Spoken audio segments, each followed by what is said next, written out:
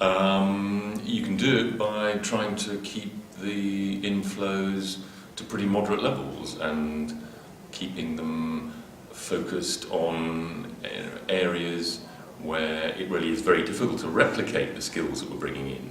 When much of the reason for the value of migration, as my colleague was saying in the debate, is that we are historically very bad at training people, at investing in people, and we have very short-termist, very low-trust, transactional, financialised economic structure, and immigration is part of that in some ways, which is another reason why I think it's so wrong-headed of many people on the left to be so pro-immigration. It reinforces many of the worst failings of the British economy, and we're seeing that at the moment in nursing in London. I mean, there's been a huge cut in the number of training places for nurses, and we're just bringing in already trained nurses from Portugal and Spain and places where their health budget's being cut because of the Eurozone crisis, and that isn't really how we should be organising things. I mean, the first thing to be decided is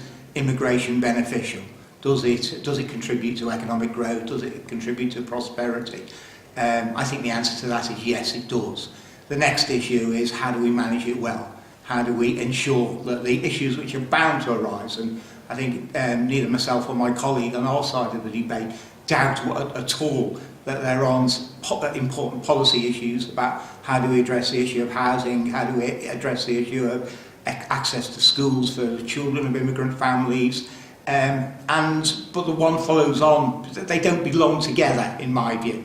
First of all, you settle the one side of the question, is immigration good or not? And then after, if the answer is yes, it is, then you can go on to say, well, what are the problems that arise from it and how do we deal with those? So for you, it's just a problem of management?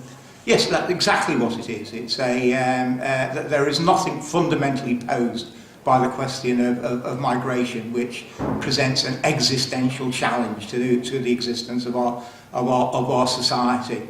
Immigration has been underway for hundreds of years. It's been part of the woof and the weft. It's part of the history of the UK. It's part of the history of the world which the UK has played a major part in making. That's going to be the case in the future. We're not making a particularly good job of managing migration at the moment. We should concentrate on how we do that better rather than doubting the value of migration altogether.